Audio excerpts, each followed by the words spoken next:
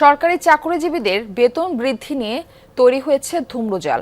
কার্যকর কিভাবে করা যায় তা নিয়ে আছে দ্বিধাদ্বন্দ্ব। অর্থায়নের অনিশ্চয়তার পাশাপাশি আছে মূল্যস্ফীতি নিয়ে দুশ্চিন্তা।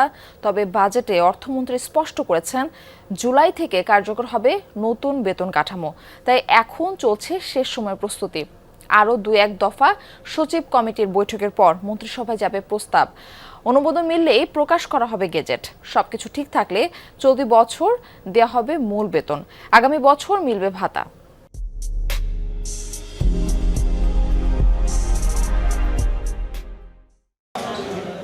দীর্ঘ সময় ধরে উচ্চ মূল্যস্ফীতিতে বিপুল সংখ্যক জনগোষ্ঠীর হাসফাস অবস্থা। বাড়ছে আয়ের সঙ্গে ব্যয়ের পার্থক্য।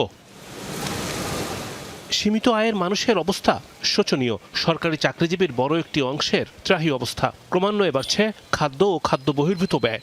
যে পয়সা আমরা বেতন পাই সেটা দিয়ে এই যে 4 সদস্য বলেন বা 6 সদস্য পিতামাতা, আমাদের সংসার মোটেই চলে না।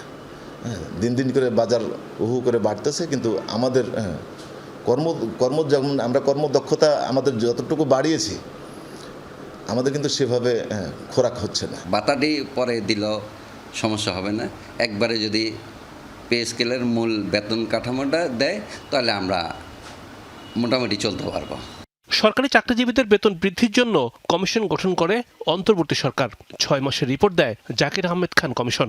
সর্বনিম্ন 20 স্কেলের চাকরিজীবীর মূল বেতন সুপারিশ করা হয় 20,000 টাকা।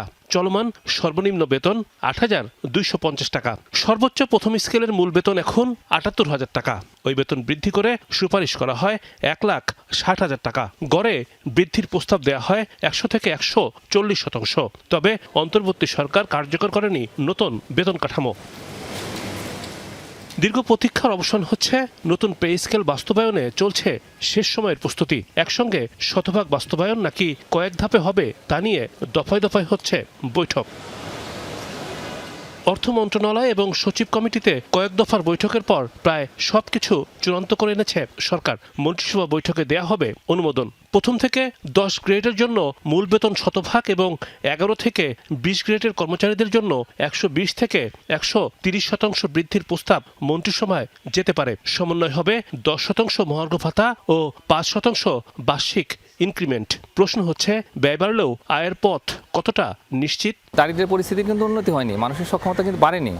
তো এই অবস্থায় সবচেয়ে বড় চ্যালেঞ্জ হলো যে রেভিনিউ জেনারেশন। যদি আমরা রেভিনিউটা টার্গেট ওয়াইজ পাই তাহলে সেক্ষেত্রে হয়তো আমরা এটা বাস্তবায়ন করতে পারবো, কিন্তু তারপরেও ধাপে ধাপে করতে হবে। মানে হঠাৎ করে এত ব্যয়ের চাপ আসলে সরকার নিতে পারবে না। চলতি অর্থ বছরের বাজেটে বেতন ভাতা খাতে বাড়তি বরাদ্দ রাখা হয়েছে 44,000 কোটি টাকা। বেতন বৃদ্ধিতে উস্কে যেতে পারে মূল্যস্ফীতি। সব মানুষ মিলিত একটা দেশ। সেই দেশের মানুষের মধ্যে এক শ্রেণীর মানুষ হয়তো একটু উপকৃত হয়ে গেল, সরকারি যারা কর্মকর্তা কর্মচারী, আর অন্যরা নিজেদেরকে বঞ্চিত হয়তো মনে করলো। তো সেটা কিন্তু আরেক ধরনের সামাজিক সমস্যা তৈরি করতে পারে। তো এই অনেক কিছুকে মাথায় রাখতে হবে, শুধুমাত্র বেতন বৃদ্ধিটা টাকার বিষয় নয়। বেতন বৃদ্ধির সঙ্গে চাকরিজীবীদের জবাবদিহিতা নিশ্চিত করা দরকার। অনেক খাত উপখাত রয়েছে যেখানে পাবলিক সেক্টরের জনবল হ্রাস করার প্রয়োজন আছে। কোনো জায়গায় এগুলোকে যৌক্তিকীকরণ করার দরকার আছে, আবার কোনো জায়গায় এটিকে বৃদ্ধি করারও প্রয়োজন রয়েছে। আমরা মনে করি যে সরকার যাতে একই সাথে পাবলিক সেক্টরের জনবলের যৌক্তিকীকরণের একটি উদ্যোগ ঘোষণা করেন। বর্তমানে সরকারি কর্মচারী এবং পেনশনভোগীর সংখ্যা প্রায় 20 লাখ। বেতন ভাতা বাবদ বছরে ব্যয় হচ্ছে 1,30,000 কোটি টাকার বেশি। রিমন রহমান, যমুনা নিউজ, ঢাকা।